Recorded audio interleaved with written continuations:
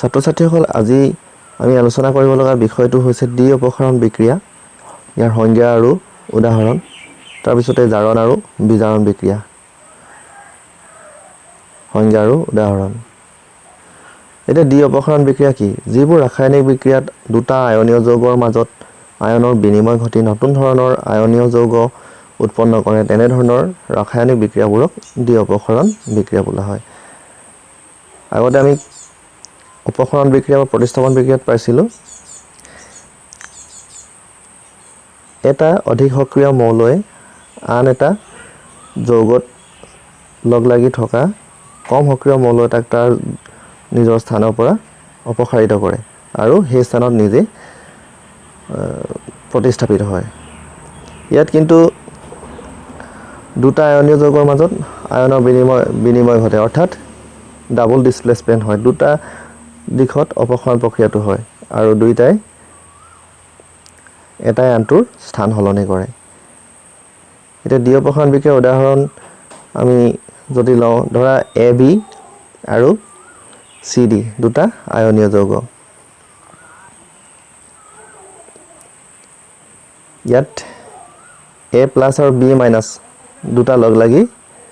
AB হৈছে AB আয়নীয় যৌগটো গঠন হৈছে আৰু ইয়াত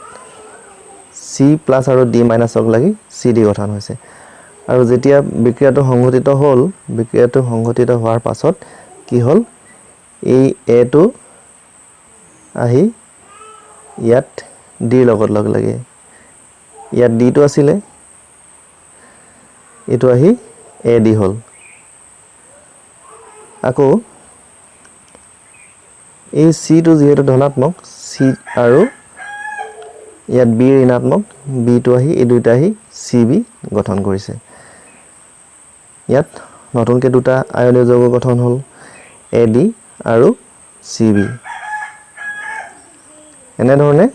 দ্বি অপসাৰণ বিক্ৰিয়াবিলাক সংঘটিত হয় অৰ্থাৎ আয়নৰ বিনিময় ঘটি পেলাই নতুন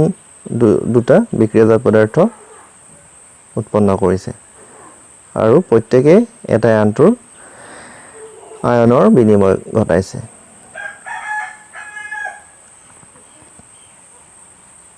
এটা উদাহৰণ চোৱা উদাহৰণ ইয়াত সোডিয়াম সালফেট আৰু বেৰিয়াম ক্লোৰাইডৰ মাজত ৰাসায়নিক বিক্ৰিয়া সংঘটিত হৈ পেলাই বেৰিয়াম সালফেট আৰু সোডিয়াম ক্লোৰাইড গঠন কৰিছে ইয়াত সোডিয়াম এটো পজিটিভ আৰু এটো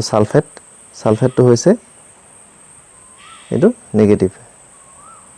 অৰ্থাৎ ইয়াত সোডিয়াম সালফেট গঠন হতে সোডিয়াম ধনাত্মক আয়ন হিচাপে আৰু সালফেট ঋণাত্মক আয়ন হিচাপে দুইটা লগ লাগি পেলাই এই আয়নীয় যৌগটো গঠন হৈছে আকৌ ইয়াতো বেৰিয়াম ক্লোৰাইডৰ ক্ষেত্ৰতো বেৰিয়াম ধনাত্মক আৰু ক্লোৰাইড হৈছে ঋণাত্মক যেতিয়া ৰাসায়নিক বিক্ৰিয়াটো সংঘটিত হোৱাৰ পাছত এই সোডিয়াম কাৰ লগত লগ লাগিলে ক্লোৰিনৰ লগত লগ লাগিলে আৰু কি গঠন কৰিলে সোডিয়াম ক্লোৰাইড গঠন কৰিলে ইয়াত প্ৰথমতে আমাৰ ক্লোৰিনটো ক'ত আছিলে এই বেৰিয়ামৰ লগত লগ লাগি আছিলে কিন্তু ৰাসায়নিক বিক্ৰিয়াটো সংঘটিত হোৱাৰ পিছত ক'ত লগ লাগিলে সোডিয়ামৰ লগত লগ লাগিলে আৰু সোডিয়াম ক্লোৰাইড গঠন কৰিলে তাৰ পিছতে এই বেৰিয়ামে কাৰ লগত লগ লাগিলে সালফেটৰ লগত লগ লাগিলে বেৰিয়াম ধনাত্মক আছিলে আৰু সালফেট ঋণাত্মক আছিলে আৰু এই দুইটা আয়ন লগ লাগি পেলাই কি গঠন কৰিছে আয়নীয় যৌগটো হৈছে বেৰিয়াম সালফেট এতিয়া তোমালোকে মন কৰিবা এই ৰাসায়নিক বিক্ৰিয়াটো সংঘটিত হওঁতে ইয়াত এটা সলিড উৎপন্ন হৈছে গোটা পদাৰ্থ এটা উৎপন্ন হৈছে আৰু এই গোটা পদাৰ্থটো কি বুলি কোৱা হ'ব অধক্ষেপ বুলি কোৱা হ'ব এনে ধৰণৰ যিবোৰ ৰাসায়নিক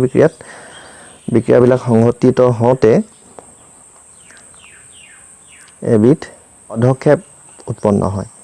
তেনে ধৰণৰ ৰাসায়নিক বিক্ৰিয়াবিলাকক কোৱা হ'ব অধক্ষেপণ বিক্ৰিয়া আৰু আয়নৰ বিনিময় হৈ সংঘটিত হোৱা যিবোৰ ৰাসায়নিক বিক্ৰিয়া আছে দ্বি অপসাৰণ বিক্ৰিয়া আছে তেনেবোৰ ৰাসায়নিক বিক্ৰিয়াত এই ঘটনাটো দেখিবলৈ পোৱা যায় অৰ্থাৎ ইয়াত এটা অদ্ৰৱণীয় যৌগ এটা উৎপন্ন হয় এই ৰাসায়নিক বিক্ৰিয়াটোত বেৰিয়াম সালফেট অদ্ৰৱণীয় যৌগ হিচাপে উৎপন্ন হৈছে অৰ্থাৎ ই পানীৰ লগত গুল নাখায় এই সোডিয়াম ক্লৰাইডৰ যিটো দ্ৰৱণ তাৰ তলত অধক্ষেপ হিচাপে পাত্ৰটোৰ তলিত জমা হৈ থাকিব যেতিয়া ৰাসায়নিক বিক্ৰিয়াটো সংঘটিত হ'ব এনে ধৰণৰ ৰাসায়নিক বিক্ৰিয়াবিলাকক অধক্ষেপণ বিক্ৰিয়া বুলিও কোৱা হয়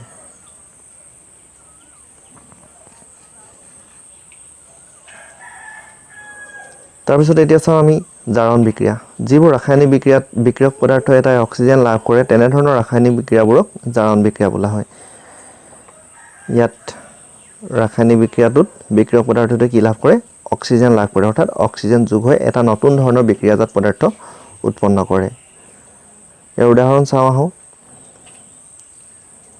ইয়াতে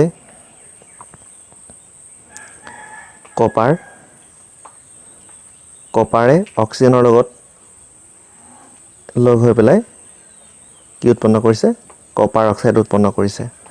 যদি আমি কপাৰক অক্সিজেনৰ পৰিৱেশত গৰম কৰোঁ উত্তাপিত কৰোঁ তেতিয়াহ'লে কি উৎপন্ন হ'ব কপাৰ অক্সাইড উৎপন্ন হ'ব এইটো এটা জাৰণ বিক্ৰিয়াৰ উদাহৰণ ইয়াত কপাৰে কি লাভ কৰিছে অক্সিজেন লাভ কৰিছে আন এটা উদাহৰণ আকৌ ইয়াত চোৱা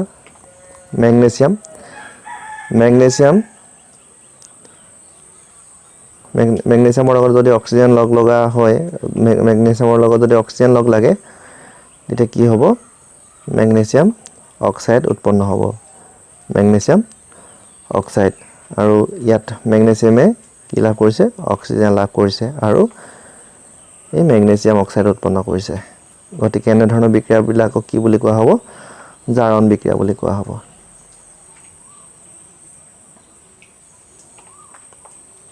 এতিয়া চাওঁ আহা বিজাৰণ বিক্ৰিয়া যিবোৰ ৰাসায়নিক বিক্ৰিয়াত পদাৰ্থ এটা অক্সিজেন হেৰুৱায় তেনে ধৰণৰ ৰাসায়নিক বিক্ৰিয়াবিলাকক বিজাৰণ বিক্ৰিয়া বোলা হয় জাৰণ বিক্ৰিয়াত পদাৰ্থ এটাই অক্সিজেন লাভ কৰিছিলে আৰু বিজাৰণ বিক্ৰিয়াত অক্সিজেন হেৰুৱায় অৰ্থাৎ বিজাৰণ বিক্ৰিয়াটো হ'ল জাৰণ বিক্ৰিয়াৰ বিপৰীত ইয়াৰ উদাহৰণ আমি চাওঁ এতিয়া ইয়াত কপাৰ অক্সাইড আৰু হাইড্ৰজেন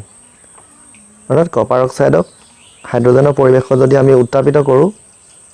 গৰম কৰোঁ তেতিয়াহ'লে কি উৎপন্ন হ'ব কপাৰ উৎপন্ন হ'ব আৰু ৱাটাৰ উৎপন্ন হ'ব H2O ইয়াত অক্সিজেন কপাৰে হেৰুৱাইছে আৰু তাৰ ফলত কি উৎপন্ন হৈছে অক্সিজেন কপাৰ অক্সাইডে হেৰুৱাইছে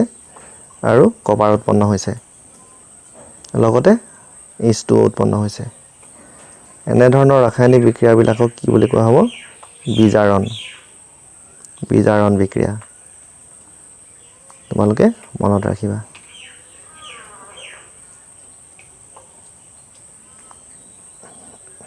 এতিয়া চাওঁ আহা ৰেডক্স বিক্ৰিয়া যিবোৰ ৰাসায়নিক বিক্ৰিয়াত একে সময়তে জাৰণ আৰু বিজাৰণ এই দুইটা প্ৰক্ৰিয়া সংঘটিত হয় তেনে ধৰণৰ ৰাসায়নিক বিক্ৰিয়াবোৰক ৰেডক্স বিক্ৰিয়া বোলা হয় কিছুমান এনে ধৰণৰ ৰাসায়নিক বিক্ৰিয়া আছে যিবোৰত একে সময়তে জাৰণ বিক্ৰিয়াটো সংঘটিত হয় আৰু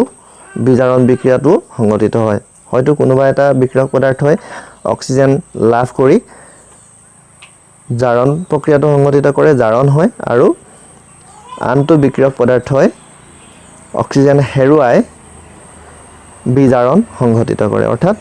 প্ৰক্ৰিয়াটো বিজাৰণ হিচাপে সংঘটিত হয় উদাহৰণ হিচাপে আমি আগৰ উদাহৰণটোকে আমি ল'ব পাৰোঁ আগৰ উদাহৰণটোত ইয়াত কপাৰ অক্সাইড আছিলে কপাৰ অক্সাইডৰ লগত অক্সিজেন যুক্ত হৈ আছিলে তোমালোকে দেখিছা কপাৰ অক্সাইড CuO কিন্তু যেতিয়া বিক্ৰিয়াটো সংঘটিত হ'ল তেতিয়া হাইড্ৰজেনৰ লগত ৰাসায়নিক বিক্ৰিয়াটো সংঘটিত কৰাৰ ফলত কি উৎপন্ন হৈছে এইফালে কপাৰ উৎপন্ন হৈছে অৰ্থাৎ কপাৰে অক্সিজেন কপাৰ অক্সাইডে অক্সিজেন হেৰুৱাই কি উৎপন্ন কৰিছে কপাৰ উৎপন্ন কৰিছে আনহাতে আকৌ এই হাইড্ৰজেনৰ লগত অক্সিজেন লগ লাগিছে হাইড্ৰজেনৰ লগত অক্সিজেন লগ লাগি ই কি উৎপন্ন কৰিছে ওৱাটাৰ উৎপন্ন কৰিছে গতিকে হাইড্ৰজেনে যেহেতু অক্সিজেন লাভ কৰিছে গতিকে এই কি হ'ব জাৰণ বিক্ৰিয়া এইটো হ'ব জাৰণ বিক্ৰিয়া আকৌ এই কপাৰ অক্সাইডে যেহেতু অক্সিজেন হেৰুৱাইছে এই অক্সিজেনটো হেৰুৱাইছে আৰু কপাৰ উৎপন্ন কৰিছে গতিকে কপাৰ বিজাৰিত হৈছে আৰু কপাৰ অক্সাইড বিজাৰিত হৈছে আৰু কি উৎপন্ন কৰিছে কপাৰ উৎপন্ন কৰিছে এইটো হৈছে বিজাৰণ